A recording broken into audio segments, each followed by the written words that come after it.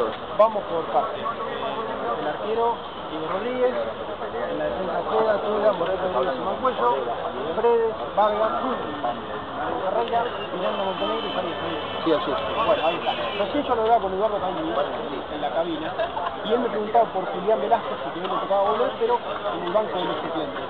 Puede haber algo, no sé si un tirón de oreja, al menos que llevándolo de a poco, no venía No, nada, es simplemente que la decisión táctica del banco suplente. Julián está muy bien, entrenó muy bien, pasó la suspensión y bueno, el equipo rindió y él está en el banco, ¿no? ¿Y cómo está anímicamente? No, está perfecto, con muchas ganas de jugar, entusiasmado con volver al plantel y nada más, está en perfectas condiciones, si le toca entrar en cualquier momento. El respeto dado a ustedes a Farías, más allá de que no lo entiende, que no lo entiende. Pero para nosotros es muy importante